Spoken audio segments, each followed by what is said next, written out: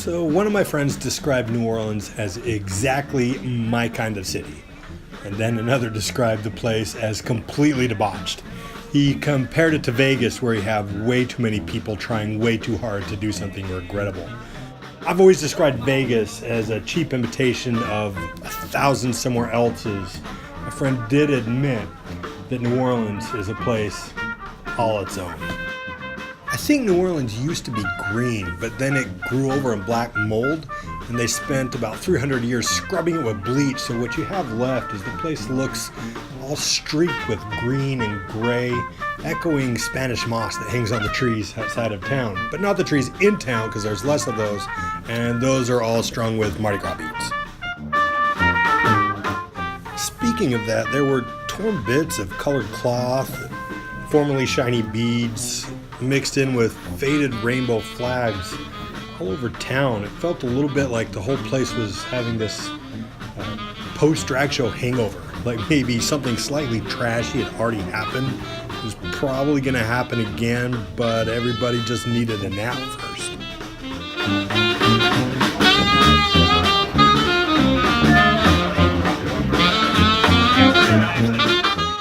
So the first place I ate was this spot called the Turkey and the Wolf, which looking around didn't really strike me as what I thought of, or you would think of, as New Orleans cuisine. It's much more hipster than that, and that could be Brooklyn or Northern Liberties, any other kind of place where a trust fund and a sleeve tattoo might exist. But really, I have never had deviled eggs with buffalo sauce and fried chicken cracklings on top anywhere else. So I guess it is. I got to Cochin before the dinner rush, which meant I got a great table or a great seat right at the chef's counter. If you've never sat at a chef's counter, it is the perfect place to potentially sit and stare awkwardly eye to eye with the person making your food. In this case, though, the food was fantastic, so it was so much more than worth it. Cochin was described to me as a pulled pork that's then squished into a patty, lightly breaded and pan-seared, and it is delicious, but not nearly as delicious as the eggplant souffle, which I normally would have skipped, but the waiter recommended it to me, and he was right.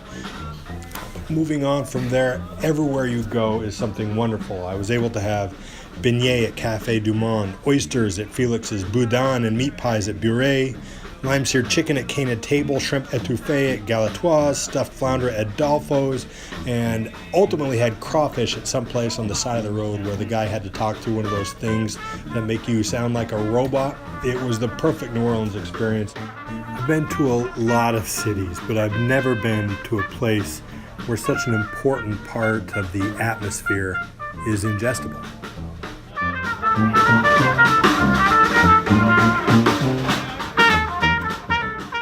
I think maybe New Orleans is nocturnal, because when the sun came down, even on a Wednesday, the place was magically packed. Everybody was out up on the balconies, in the clubs, everywhere. People taking pictures, people getting drunk, and everywhere you looked or listened, you heard jazz. Now, I'm calling it jazz because it's New Orleans, but I have to admit I don't really know what jazz is.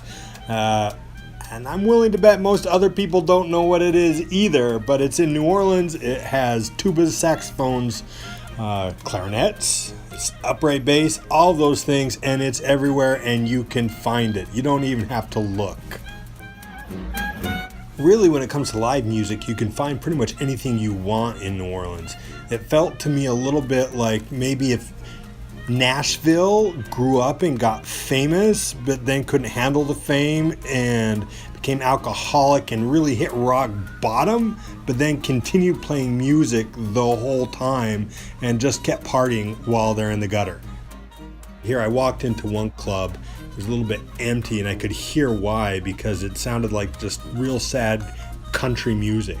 And as I look up on stage with this country music, I see it's a black man singing country, which is surprising to me. And then as I turn around to leave, I realize I know this song, and it's The Cure.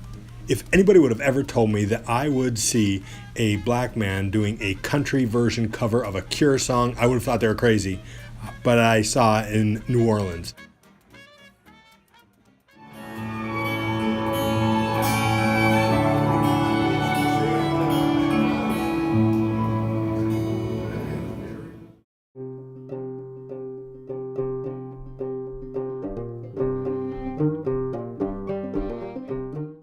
Right outside of town, just up the Mississippi, is a world-famous row of well-preserved plantations popular with tour buses.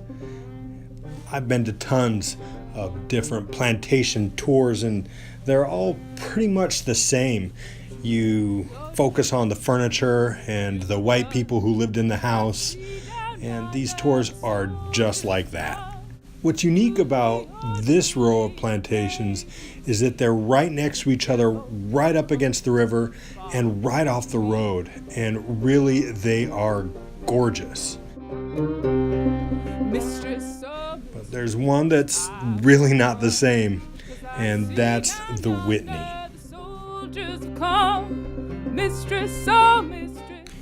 Really, when I say it's different, what I mean is the history of the place is exactly the same. It's just the tour that's different. So most all of these tours, when you go on them, they're very much gone with the wind. And the Whitney is much more Auschwitz.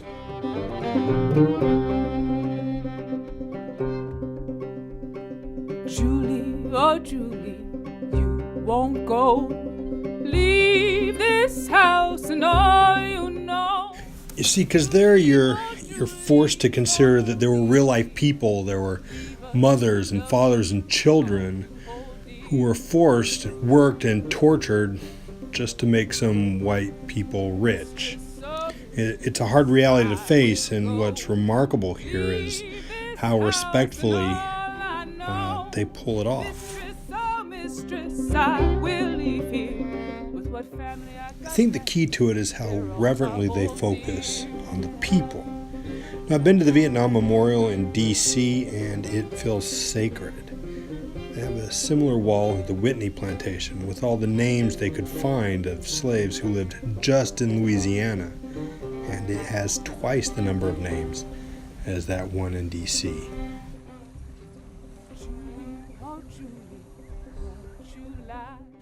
The most well-known feature of the Whitney plantation are the statues. So as a part of a Depression-era jobs program in the 1930s, the Library of Congress sent people out to record the stories of people who were still alive during slavery. And those statues are those people. They're portrayed at the age they would have been when emancipated, and as you walk around the old slave shacks, you can know their names and learn their individual stories. There's nothing else like it anywhere, and it's powerful. Children you sold.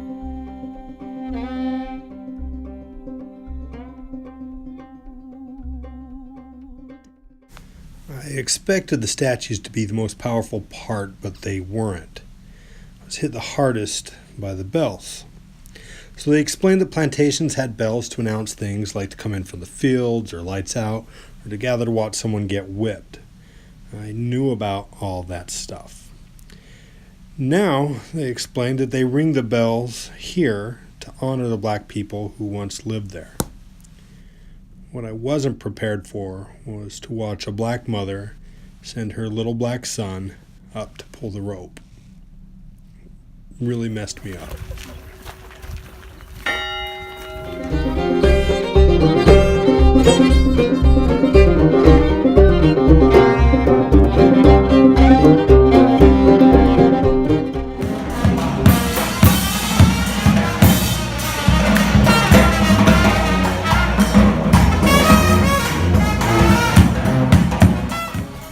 And that is New Orleans.